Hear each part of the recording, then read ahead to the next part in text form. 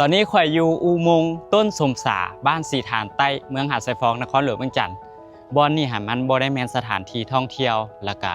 บ่ได้แม่นสถานที่ที่มีชื่อเสียงแต่มันเป็นบอนที่เปรียบเสมือนเส้นเลือดที่คอยหล่อเลี้ยงผู้คนเขตนี้จุดพิเศษของมันที่ดึงดูดสายตาของไผต่อไผหลายคนให้มาถ่ายรูปจนเฮ็ดให้สถานที่นี้กลายเป็นที่รู้จักของไผหลายคนก็คือมันจะมีต้นสมสาอยู่2เบื้องมันจะมีงายืนมาหากันจนเฮ็ดให้เบิ่งเป็นอุโมงค์ของต้นไม้ซึ่งมันก็สร้างความสวยงามและก็แปลกหูแปลกตาทุกครั้งที่ค่อยกายมาทางนี้ค่อยก็มักจะจอดรถแวะชมบรรยากาศ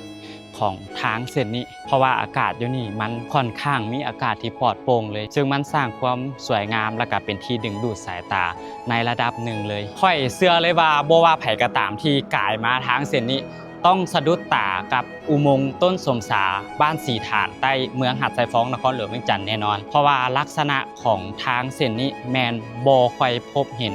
ได้ง่ายหลายครั้งที่ค่อยกายไปกายมาก็ค่อนข้างเห็นเด็กน้อยขี่รถถีบลิ่นหลายทางเขตนี้ทางเส้นนี้แมนบ่มีห้านอาหารบ่มีบอนแคมปิ้งบ่มีห้านค้าใดๆทั้งนั้นเป็นเพียงเส้นทางในการสัญจรของประชาชนเขตนี้โดยเฉพาะรถบรรทุกก็ค่อนข้างหลายเด้อทางเส้นนี้หลายๆคนเที่ยวทางก็ถือเป็นจุดนี้เป็นจุดพักรถเป็นจุดกินข้าวคือกันบางคนก็มาแคมปิ้งคือกันแล้วทางเส้นนี้ก็เป็นทางเส้นหนึ่งที่ค่อย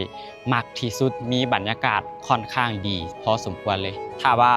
เลี้ยวมาทางข้างเบื้องนี้ก็สิเป็นทงนาแบบนี้เลยทงนานี่ค่อนข้างกว้างสมควรเลยเวลาปลูกข้าวเต็มนะมันจะเขียวไปเบิดให้ความสวยงามไปในอีกรูปแบบหนึ่งเลยตอนนี้ค่อยย่างอยู่แคมป์ทงนาซึ่งสิ่งหนึ่งที่ดึงดูดให้ผู้คนแปลกหน้าหลายตามาตลอดก็คือวิถีชีวิตของคนเขตนี้ทงนาที่อยู่ข้างๆกับอุโมงค์ต้นสมสาก็เป็นสิ่งหนึ่งที่สร้างบรรยากาศของทางเส้นนี้ให้มีชีวิตชีวาทงนาอยู่นี่หันจะกว้างแบบนี้เลยมันจะสวยงามก็ต่อเมื่อเฮาปลูกเข้าเต็มไปเมิดแบบนี้อยู่ฟังนี่หันแม่นจะเป็นน้ำของแบบนี้และมันสิห่มแบบนี้เลยเพราะว่าต้นสมสากับบังเอาแดดไปเบิดละ